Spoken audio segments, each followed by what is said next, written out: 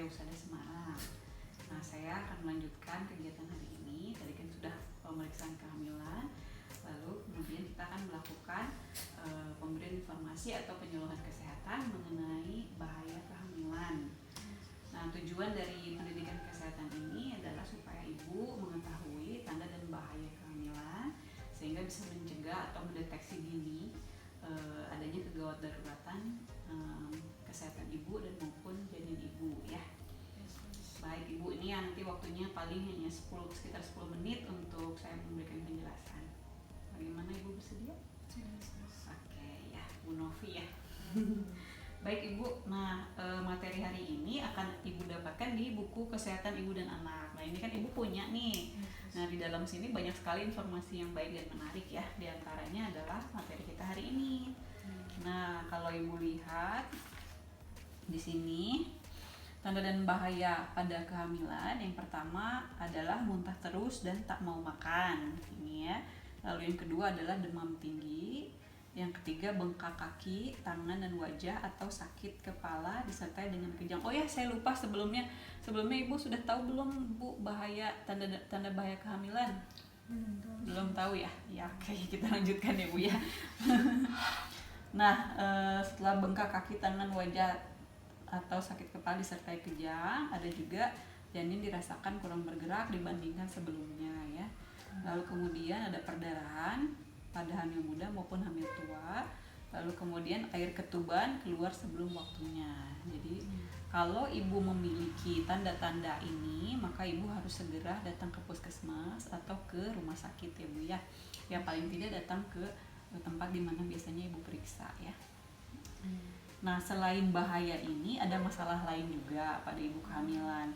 Di antaranya demam menggigil. Ini terutama kalau misalnya ibu tinggal di daerah yang banyak endemik malaria, kita harus hati-hati ya Bu, jangan sampai nanti kita kelewat ternyata ibu memiliki tanda dan gejala malaria, jadi harus segera diperiksakan ya.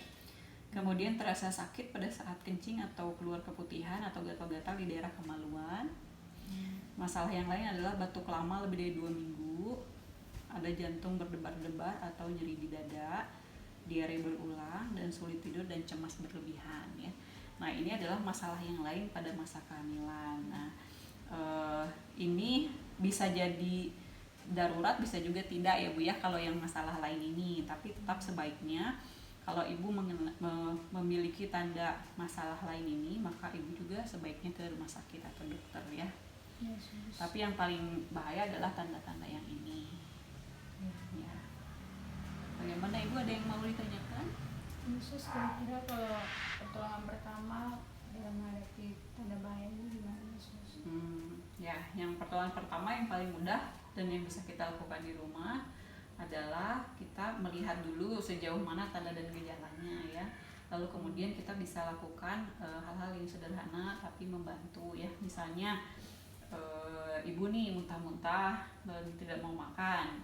Ya, ibu lihat muntah-muntahnya seperti apa, dan yang pasti harus direhidrasi ya Bu ya, minum, lalu kemudian minum yang cukup, lalu kemudian juga harus diberi asupan nutrisi yang baik. Nah tapi kalau misalnya sudah diusahakan makan dan minum tapi tetap aja muntah-muntah, ya harus segera dibawa ke rumah sakit ya atau ke dokter gitu. Lalu kalau misalnya demam tinggi, ya hal yang paling pertama bisa dilakukan adalah mengompres ya, diukur dulu temperaturnya, lalu kemudian dikompres di daerah-daerah yang banyak pembuluh darah seperti di ketiak ya atau di selangkangan. Nah tapi juga tetap harus segera pergi ke rumah sakit atau ke dokter ya. Begitu Bu. Begitu pula dengan masalah-masalah yang lainnya. Sudah bisa dipahami Bu bahaya dari kehamilan? Bisa. Saya review sedikit ya Bu ya materinya ya, dengan memberikan Ibu pertanyaan. Ibu bisa sebutkan tadi apa saja bahaya kehamilannya? Muntah dan mual Sus, yang pertama, yang kedua demam tinggi, yang ketiga pembengkakan pada telinga dan wajah kaki dan wajah, kemudian bayi tidak bisa bergerak, dan ke-6 itu perdarahan pada hamil tua atau hamil muda, dan air ketuban belum waktunya udah keluar. Ya, betul sekali Ibu. Sudah paham ya Bu ya? Nah, jadi kalau Ibu merasakan ada gejala-gejala itu, langsung saja pergi ke puskesmas atau ke dokter atau ke rumah sakit ya Bu ya. Ya, begitu Ibu. Nah, demikian penyuluhan yang diberikan pada hari ini. Nanti 2 minggu lagi, ini kan Ibu udah masuk trimester ketiga ya, sehingga Ibu harus melakukan pemeriksaan kehamilan lagi di 2 minggu lagi. Nanti 2 minggu lagi saya akan berikan materi lain tentang persalinan. Gitu. Bagaimana Ibu bersedia untuk kita? Iya, kita bertemu lagi dan memberikan informasi ya. Oke, nanti Ibu kalau misalnya ada yang lupa bisa dibuka lagi bukunya Ibu ya. Oke, ini silakan Ibu. Nanti sampai ketemu lagi di 2 minggu